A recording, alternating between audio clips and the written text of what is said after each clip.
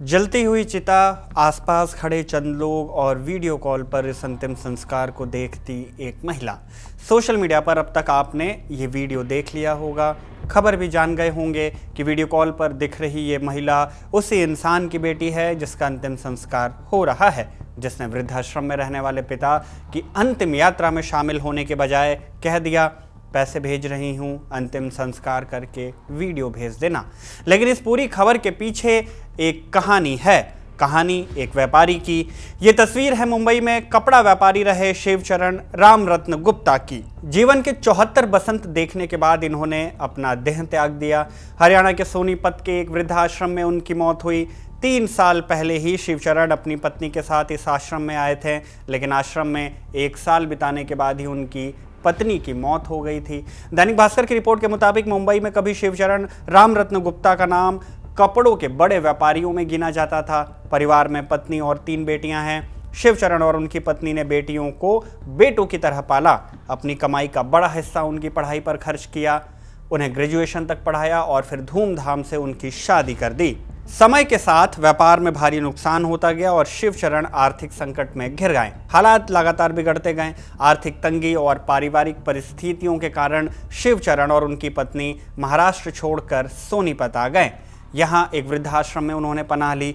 आश्रम आने के करीब 1 साल के बाद उनकी पत्नी का निधन हो गया। पत्नी की मौत के बाद शिवचरण और भी अकेले पड़ गए। बाद में उनका मन वहां लगा नहीं तो वो रामनगर के समाज कल्याण शिक्षा समिति के आश्रम में रहने चले गए, करीब 2 दर्जन बुजुर्गों के बीच। आश्रम संचालक आनंद कुमार ने बताया कि शिवचरण समय समय पर अपनी बेटियों से फ़ोन पर बात किया करते थे। करीब 15 दिन पहले उनके पेट में तेज दर्द की शिकायत हुई थी। उन्हें सिविल अस्पताल ले जाया गया, जहां जांच में पेट में इन्फेक्शन मिला। इलाज के बाद उनकी तबीयत में कुछ सुधार हुआ, लेकिन 2 अगस्त को उन्हें फिर से गैस की समस्या उठी। डॉक्टरों ने दवा देकर उन्हें घर भेज दिया। 3 अगस्त की रात उन्होंने अच्छे से खाना खाया और अपने कमरे में सोने चले गए। 4 अगस्त की सुबह करीब 3:30 बजे जब आश्रम के केयरटेकर शिव कुमार उन्हें देखने पहुंचे तो वो अचेत अवस्था में मिले। जांच की तो पता चला कि उनकी मौत हो चुकी है। आश्रम के मैनेजर आनंद कुमार ने शिवचरण की मौत की खबर उनकी बेटियों को दी।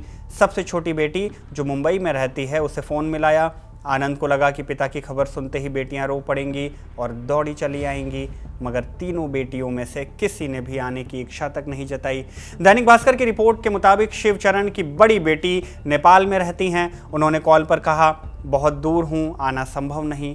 यूपी के आजमगढ़ में रहने वाली मझली बेटी ने कहा, मैं नहीं पहुँच सकती। मुंबई में रहने वाली छोटी बेटी ने तो सबसे शॉकिंग जवाब दिया, बोली, हम इतनी जल्दी नहीं आ सकते, आप फोन पर ही अंतिम संस्कार दिखा दीजिए। जनसत्ता की रिपोर्ट में वृद्धाश्रम के अधिकारियों के हवाले लिखा गया कि लंबे वक्त से बीमार चल रहे शिवचरण अपनी बेटियों से मिलना चाहते थे, लेकिन ऐसा हुआ नहीं। बेटियों से मिलने की उम्मीद में ही उनकी मौत हो गई।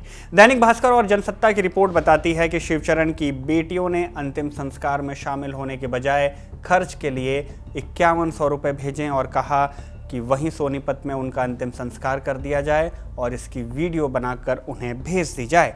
दैनिक भास्कर की रिपोर्ट के मुताबिक जब मुखाग्नि देने की बात हुई तो बेटियों ने वीडियो कॉल के जरिए पूरी प्रक्रिया दिखाने को कह दिया।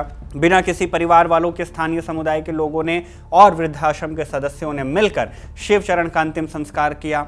आश्रम के मैनेजर आनंद कुमार के मुताबिक अंतिम संस्कार के दौरान भी बेटी फ़ोन पर लगातार जानकारी ही लेती रही। उन्होंने बताया कि जब चिता को मुखाग्नि दी गई तब छोटी बेटी ने सवाल पूछा, अभी और कितना समय लगेगा। इस पर उसे बताया गया कि मुखाग्नि दी जा चुकी है, 10-15 मिनट में पूरी प्रक्रिया हो जाएगी। इसके बाद बेटी का जवाब आता है, सारा काम अच्छे से हो गया ना, मुझे सारी वीडियो भेज दीजिएगा। संस्कार के पूरे होने के बाद मैनेजर आनंद ने बेटियों से कहा कि 20 तारीख से पहले आकर वो पिता की अस्थियां ले जाएं। इस पर मुंबई में रहने वाली उनकी सबसे छोटी बेटी का जवाब आता है, देखते हैं।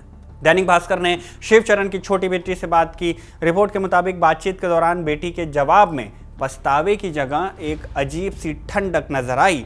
शिवचरण की मौत पर उन्होंने कहा, पापा का बिजनेस डूब गया था, हम बहुत गरीब हो गए थे। आज दुख का दिन है कि पापा नहीं रहे। 2 साल पहले माँ भी चली गई थी।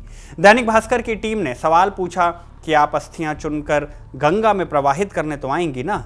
इस पर बेटी का जवाब आया, अब तो पिताजी दुनिया में ही नहीं रहे, तो अब आकर क्या करेंगे। अब कुछ भी बचा नहीं है। दैनिक भास्कर की रिपोर्ट में ही उन लोगों का बयान मिलता है जिन्होंने शिवचरण का अंतिम संस्कार किया। समाज सेवी मंजीत तिहाड़ा ने कहा, आज समाज किस दिशा में जा रहा है ये सोचकर ही रूह कांप जाती है। औलादें अपने जन्मदाता के प्रति इतनी निष्ठुर कैसे हो सकती हैं? जो माँ बाप बच्चों को पालने में अपनी पूरी ज़िंदगी लगा देते हैं, उन्हें अंतिम विदाई देने भी कोई ना आए, ये पूरे समाज के माथे पर कलंक जैसा है। बहरहाल इस वीडियो को लेकर के सोशल मीडिया पर तरह तरह की चर्चाएं हो रही हैं। आप इस पूरे मामले में क्या कुछ सोचते हैं? कमेंट बॉक्स में हमें ज़रूर लिख भेजिए। मेरा नाम शुभम है, कैमरे के पीछे मेरे साथी तौफीक हैं। आप देखते रहिए खबर गाँव।